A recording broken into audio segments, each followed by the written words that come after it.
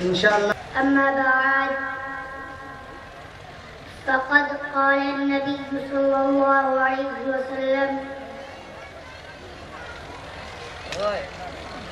کہ وہی ایک تیرے مار کا آراؤں میں، خشکیوں میں کبھی لڑتے کبھی دریاؤں میں، کہ اذانے کبھی عرب کی کلیساؤں میں، کبھی افریقہ تپتے ہوئے کے صحراؤں میں.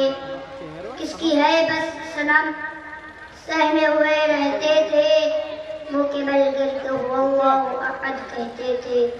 صدر ذی وقار اور سامعین کرام، مجھے اس وقت آپ کے سامنے ایک بے حد حساس، بے حد ایمان افروز اور بے حد نازک عنوان یعنی حضرت معاویہ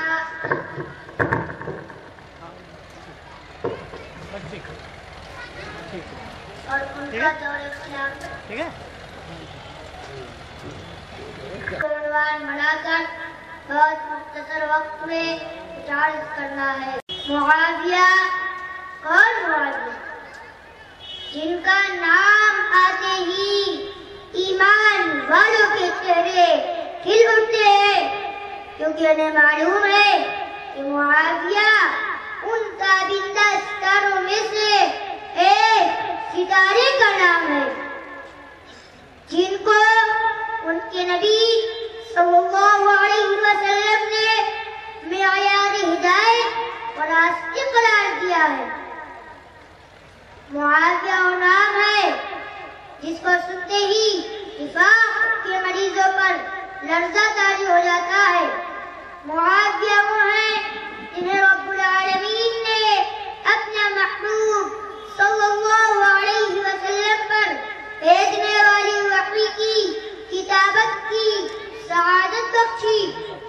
معاویہ اس وقت ہیں جنہیں نبی امی صلی اللہ علیہ وسلم نے اپنا امیر منشی اور کاتب خاص مقرر کیا.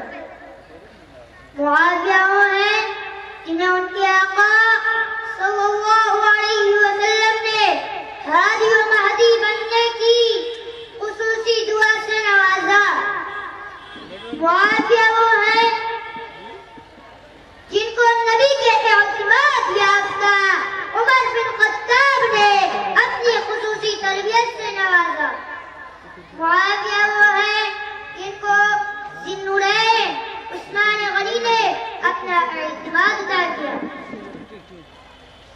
معاویہ یعنی عرب کا کسریٰ جس نے فارس کی کسریٰ کو سرنگو ہونے پر مجبور کیا. اسلام کا وقار ہے حضرت معاویہ، صدرش بھی افتخار ہے حضرت معاویہ.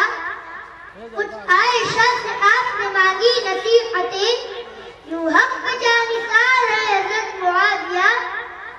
یہ مرتبہ ہے آپ کا، ہے کاتب وحی، قرآن کے شاہکار ہے حضرت معاویہ. معاویہ یعنی عمر دلاور جس نے اسلام اور مسلمانوں کے لیے سب سے پہلا بحری گروہ تیار کیا.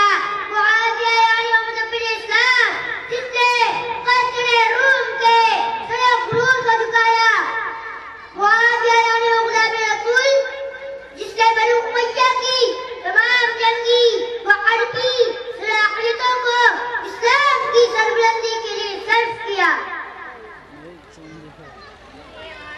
معاویہ یعنی وہ مرد حق آگاہ جس نے کفر و نفاق کے تمام چور دروازے بند کیے. اور معاویہ یعنی وہ عشق رسول کا محبت والا جس نے اپنے محبوب آقا صلی اللہ علیہ وسلم کے مبارک بالوں اور ناخنوں کی صرف اس نے حفاظت کی کہ اس کی موت کے بعد اس سرمایہ کو اس کے چہرے کی زینت بنا کر اسے سفر آخرت پر روانہ کیا جا سکے. علم کا دامن نہ چھوڑا باوجود اقتدار. یہ ادا چشم مؤرخ کو بھی حیران کر گئی۔ حضرات گرامی قدر، حضرت معاویہ نے اپنے دور خلافت میں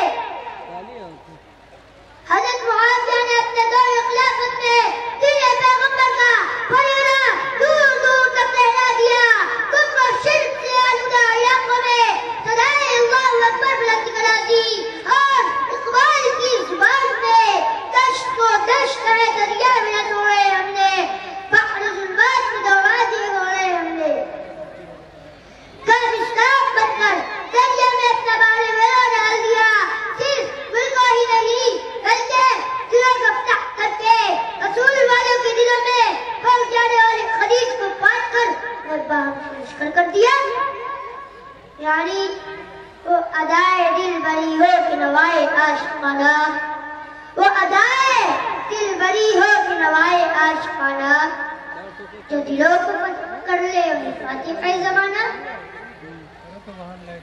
جی ہاں، منافقت پیشہ لوگوں کی نظر میں معاویہ کا سب سے بڑا قصور یہی ہے کہ انہوں نے فرزند رسول سیدنا حسن بن علی کی بخشی ہوئی خلافت کی امانت کی طرح لاز رکھی کہ فتنوں اور شورشوں نے دم توڑ دیا، اور منافقوں کی تمام چالیں ناکام ہو گئی اور زمانہ اس منظر کا گواہ بنا۔ توت پر جب میانوں سے نکل آئی کی شمشیریں، توت پر جب میانوں سے نکل آئی کی شمشیریں، پلٹ دی تھی انہوں نے قیصر و کسریٰ کی تقدیریں۔ حضرت معاویہ نے اپنے دور خلافت میں سیدنا حسن بن علی کو شہزادوں اور اکرام عطا کیا، لیکن امن کے دشمنوں اور دین پیغمبر کو ملانے کے در پہ منافقوں نے سیدنا حسن کو مغیل المؤمنین یعنی مؤمنوں کو ذلیل کرنے والے کا خطاب دے کر ان کا مال و اسباب لوٹا اور ان کو اس طرح رسوا وطن کیا وہ ان کی موت کی تمنا کرنے لگے۔ حضرات گرامی قدر، اور پھر حضرت معاویہ نے اپنے دور خلافت میں امت کے منتشر افراد کو متحد کیا، اسلامی حدود سلطنت کو توسیع دی، فوج کو منظم کر کے اسے بری و بحری دو حصوں میں تقسیم کیا، یہود و نصارہ کی سازشوں کو ناکام کر کے مسلمانوں کو سخت و شوکت سے کنار کیا۔ سپر پاور روم آف فارس کے قیصر و کسریٰ کی رشتہ داری پر قدغن لگائی، مردم شماری اور فرد کے رجسٹر تیار کرائے، مسجدیں اور شاہراہیں تعمیر کرائے، خود تعلیم یافتہ تھے، اس کے تعلیم و تربیت کے باقاعدہ مراکز قائم کیے، غرضے کے ہر طرح دین کے فروغ اور دین والوں کے سکون و راحت کو فراہم کیا۔ وہ شہید راہ وفا میں، وہ شہید راہ وفا میں، وہ قتیل تیغ جفا ہے کہ لہو سے ان کے ہزار رہا شجر ریاض پیمبری۔ وآخر دعوانا الحمد للہ رب العالمین۔